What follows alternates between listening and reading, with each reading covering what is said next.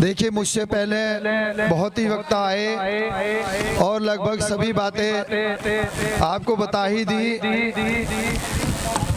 इसी चीज़ को मद्देनजर रखते हुए मैं आपके चरणों में एक निवेदन जरूर करना चाहता हूं कि आपके इस बरौली क्षेत्र में ये पहला आश्रम है।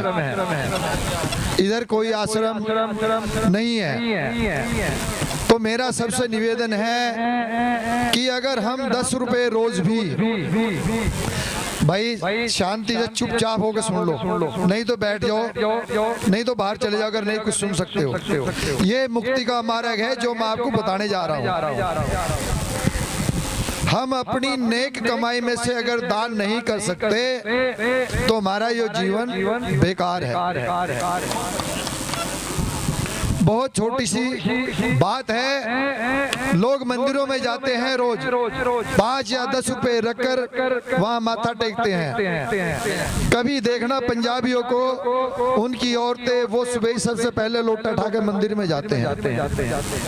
आपके इस क्षेत्र में मैं तो इनका बहुत आभार व्यक्त करता हूं, जो भूलनी निवासी कमेटी है, जिन्होंने इतने संघर्ष के साथ ये आश्रम की तैयारी की है, अपने सतगुरु का नाम अमर किया है। ये नाम अमर है, ये आश्रम यहीं रहेगा, ये चले जाएंगे। जैसे आज हमारे रहबर, हमारे सतगुरु स्वामी समनदास जी, जिनका आज प्रकट दिवस मनाया जा रहा है, 1 महीना हो गया लगभग, रात दिन कहीं 100 गांवों में, शहरों में जन्मदिन मनाया जा रहा है, रात दिन होश नहीं है।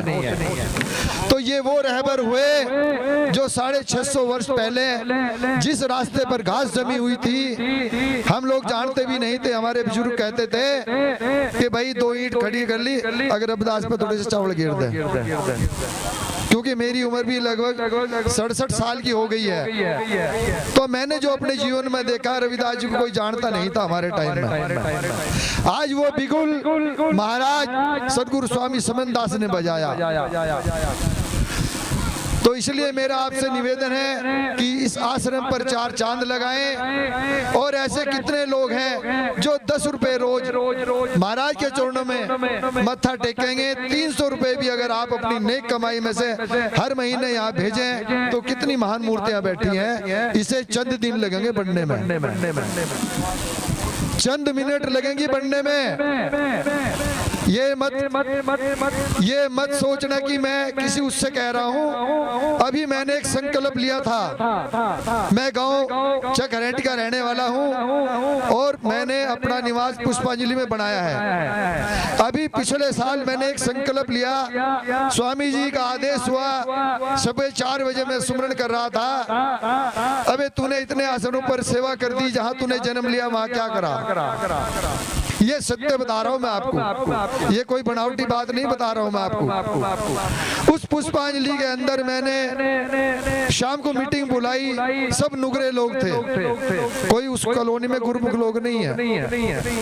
और 1 साल के अंदर 40 लाख रुपए मैंने उस आश्रम पर लगा दिया। प्लॉट लिया 216 गज का, 16 लाख रुपए, 16,70,000 रुपए में उसका बैनामा कराया समाज के नाम, जिसमें मैंने भी दान जो भी मेरे को बड़ा मैंने किया। मैं अपने मुखारबिन से नहीं कह सकता, लेकिन ज्यादा से ज्यादा सहयोग मैंने किया। और उसके बाद जब कमी रहेगी 5 लाख रुपए फिर मैंने उसमें दिए। मैं अपनी बड़ाई नहीं कर रहा हूँ, ये गुरु समनदास का खेल है। और वो 1 साल के अंदर बनकर तैयार हो गया। लेकिन वो कब हुआ? तब आप लोगों की वो जो मेहनत की कमाई थी, उसमें से जब चंद पैसे आपने सेवा में दिए, वो तब बना।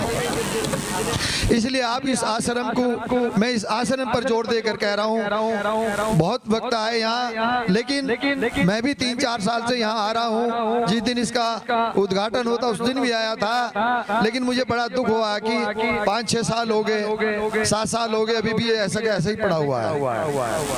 तो मेरा निवेदन है कि अगर 10 रुपए रोज भी हम अपने घर में निकालते हैं, एक घर में 300 रुपए होते हैं, मैंने वहाँ सबके घर में गुल्लक रख रखी। मैं कहा भाई 10 रुपए 5 रुपए जो बने वो रखते रहो। 100 गुल्लक हैं, अब 30-35 हजार रुपए महीना इनकम है वहाँ, और वो आश्रम पर लग रही 4 चांद लगते जा रहे। 5 मंजिल उसे बनाने का मेरा संकल्प है। अगर जीता रह गया तो बन जाएगा, नहीं तो भाई समाज अपने आप बनाओगा। समाज की चीजें समाज को दे दी। तो ये आपके सहयोग से बनेगा, आपकी इस नेक कमाई से बनेगा। जो मेहनत की कमाई है उसमें से दान करो। नुके जो परमारत में सिर दे उसका कोई नहीं बैरी, और उसकी पूंजी है बहुत गहरी। ये पूंजी वो है जो आपके युगा युगी लिखी जाएगी। जब यहाँ से ये मानव चोला छोड़ के जाओगे तो गुरु महाराज बैठे होंगे, कहेंगे देखिए मेरा शिष्य आया, इसने अपनी नेक कमाई से दान किया। ये आपकी नेक कमाई से भंडारा चल रहा, ये टेंट भी आपकी नेक कमाई से लगा हुआ है। तो ज्यादा ना कह के समय का भी भाव है। तो मैं यही गुजारिश करूंगा सबके चरणों में कि कितने लोग हैं जो इस आश्रम पर अपनी नेक कमाई में से दान करेंगे। भाई हाथ खड़े करके बताओ। 300 रुपए कोई ज्यादा नहीं है, 10 रुपए रोज है। बुरा ना मानियो, 4 महिलाओं के हाथ उठे और महिला देख लो कितनी बैठी है। सबसे ज्यादा खजाने की मालिक महिला है। नहीं तो वो देख, बुरा ना मानियो, ये पैसे या तो डॉक्टरों के जाएंगे। सरदार अपनी नेक कमाई में से 10वां हिस्सा निकालता है, 10वां हिस्सा निकालता है अपनी।